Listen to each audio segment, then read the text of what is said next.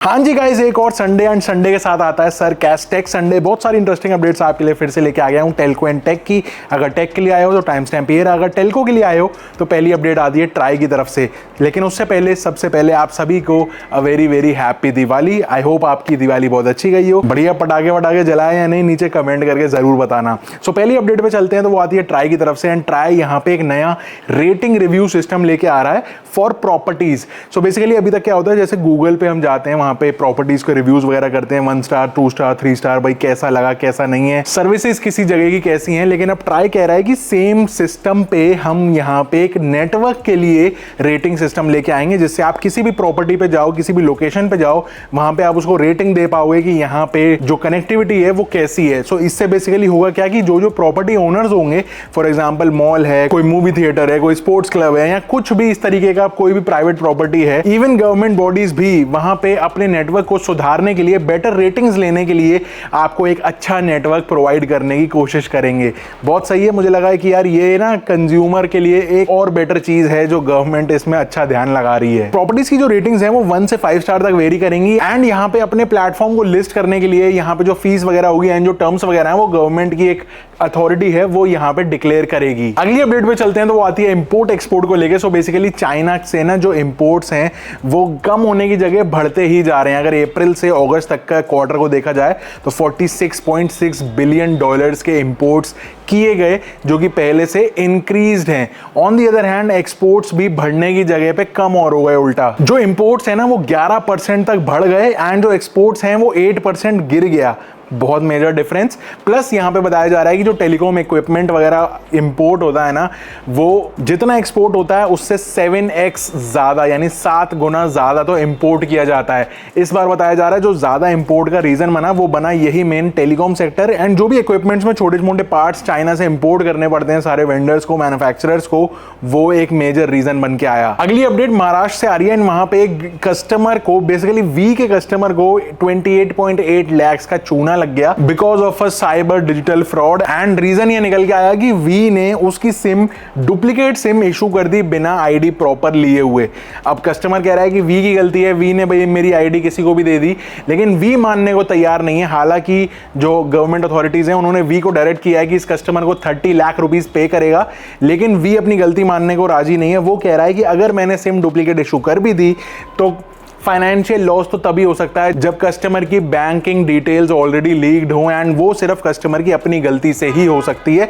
तो वी यहाँ पे हाथ पीछे खींच रहा है, कस्टमर यहाँ पे फंस गया है, उसका समझ नहीं आ रहा कि उसको 30 लाख मिलेंगे या नहीं मिलेंगे। आपको क्या लगता है कि ऐसे केस के अंदर फिशिंग का फ्रॉड डेफिनेटली हुआ होगा, कहीं ना कहीं डिटेल्स पहले लीक हुई होंगी, लेकिन वी की गलती से सिम अगर डुप्लीकेट होकर किसी गलत हाथ में पहुंच रही है, वहां पे ओटीपीज वगैरह पहुंच के अगर ट्रांजैक्शन को अंजाम दिया जा रहा है, तो कौन असली यहाँ पे एट फॉल्ट है, नीचे कमेंट करके बताओ। अगली अपडेट जियो की तरफ से। जियो फाइनेंस प्राइवेट लिमिटेड JFSL के नाम से शेयर लॉन्च हुए थे।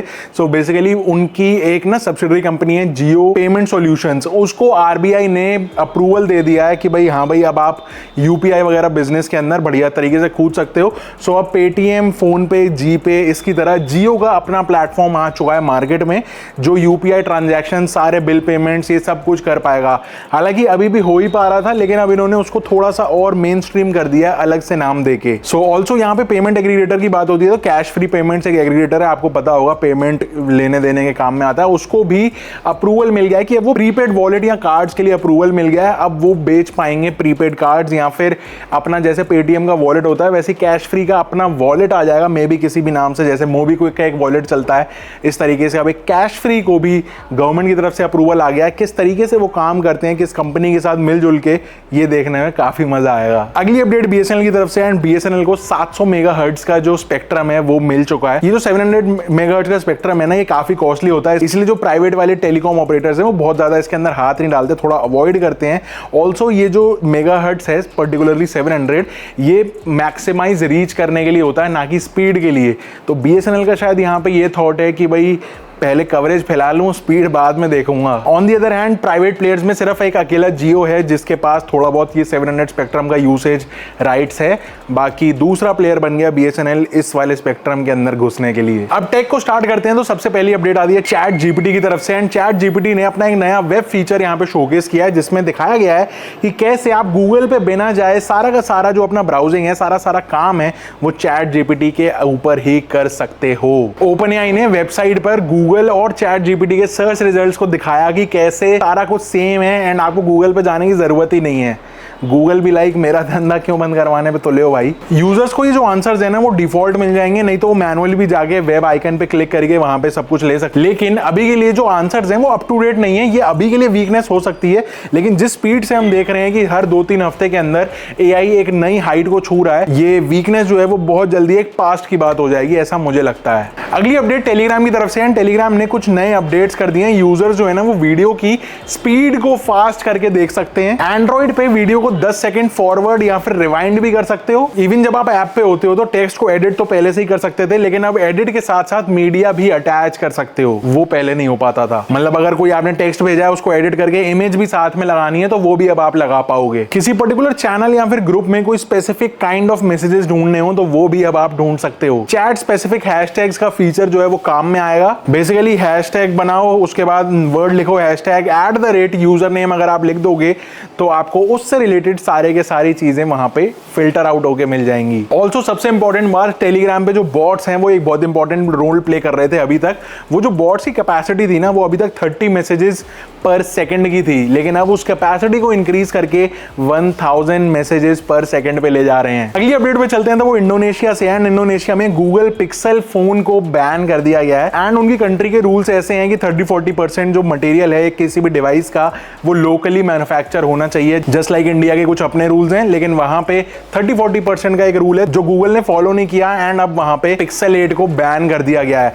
इंटरेस्टिंग बात यह है कि एप्पल के आईफोन 16 सीरीज को भी उन्होंने बैन कर दिया है। जितने फोन बिक चुके ना वहां पे उसको भी बोल दिया है कि अब ये इलीगल है। अब से अगर आपको कोई फोन खरीदना है आईफोन 16 तो वो अब आपको देश के बाहर जाके वहां से खरीदना पड़ेगा।